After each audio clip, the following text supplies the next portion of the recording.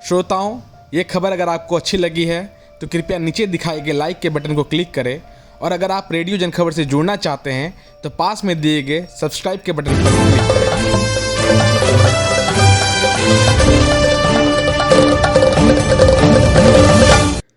8 जून को रेडियो जनखबर के 80वें अंक में आपका स्वागत है। पहले सुर्खियां। कांग्रेस अध्यक्ष मल्लिकार्जुन खड़गे ने सरकार पर बालासोर रेल हादसे को लेकर जवाबदेही तय करने के लिए किया आगाह। हरियाणा के कुरुक्षेत्र में न्यूनतम समर्थन मूल्य पर सूरजमुखी की खरीद की मांग को लेकर विरोध प्रदर्शन कर रहे किसानों पर पुलिस ने किया लाठीचार्ज। उत्तर प्रदेश कानून व्यवस्था की फिर खुली पोल, आरोपी की सरेआम लखनऊ कोर्ट में गोली मार हत्या। दलित मजदूर के बेटे ने पास की यूपीएससी, अब हैं आईआरएस। दहाड़ नामक वेब सीरीज में दिखाई समाज में जाति और धर्म के चलते प्रेम करने की मुश्किलें। अब खबरें विस्तार से।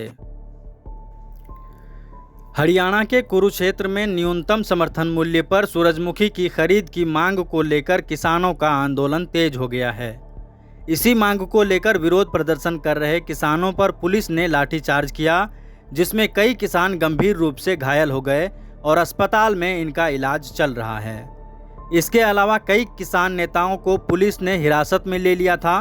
किसानों पर पुलिस लाठीचार्ज को लेकर एक बार फिर हरियाणा की मनोहर लाल खट्टर सरकार सवालों के घेरे में है। हालांकि इस पुलिस कार्रवाई के बाद आंदोलन टूटने की जगह और मजबूत हो गया। अब इस आंदोलन को अन्य किसान संगठनों के साथ ही संयुक्त किसान मोर्चा ने भी अपना समर्थन दिया है। प्रदर्शनकारी किसानों ने दावा किया कि सरकार एमएसपी पर सूरजमुखी बीज नहीं खरीद रही है, जिसके चलते उन्हें अपनी उपज निजी खरीदारों को 6400 रुपये एमएसपी के मुकाबले मात्र 4000 रुपये प्रति क्विंटल के भाव पर बेचने के लिए मजबूर होना पड़ रहा है। उत्तर प्रदेश में फिर सरेआम कानून व्यवस्था की धज्जियां उड़ती दिखी। सुनवाई से पहले गैंगस्टर संजीव उर्फ जीवा को लखनऊ कोर्ट परिसर में गोली मारने की घटना के बाद कानपुर में धारा 144 लागू कर दी गई है।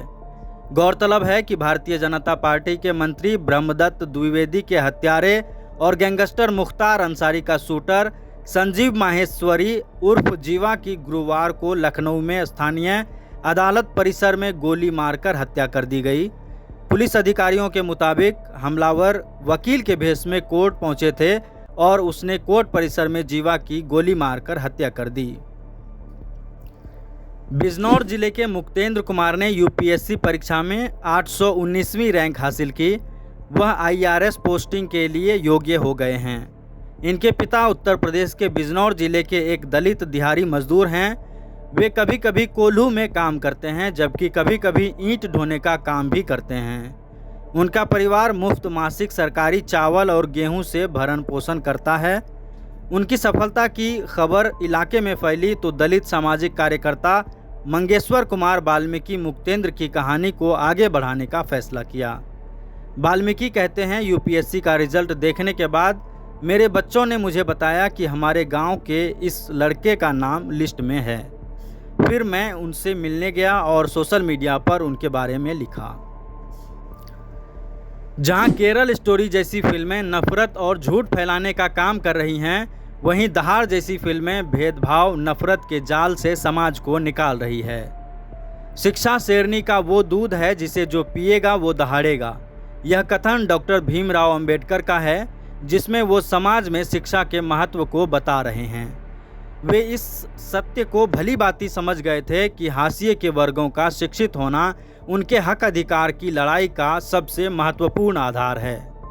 दहाड़ जैसी फिल्में या वेब सीरीज समाज में सदियों के भेदभाव और छुआछूत, सांप्रदायिकता के जहर को चिन्हित करके उनके खतरों से समाज को आगाह कर रही हैं। ये वेब सीरीज झूठी अफवाह फैलाकर समुदायों को लड़वाते भ्रष्ट नेताओं की धूर्तता को बताती हैं। फिल्म में बहन की गुमशुदगी की रिपोर्ट लिखाने आए दलित के कदम पड़ने से अपवित्र थाने में अगरबत्तियां जलाते सिपाही को देखकर लगता है कि क्या समाज अब भी सदियों पीछे खड़ा है।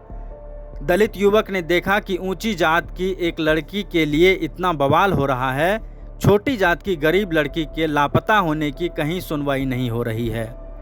उसे लगा कि अगर कहूँगा कि कोई मुसलमान भगा ले गया मेरी बहन को तो कार्रवाई होगी, और हुआ भी वही।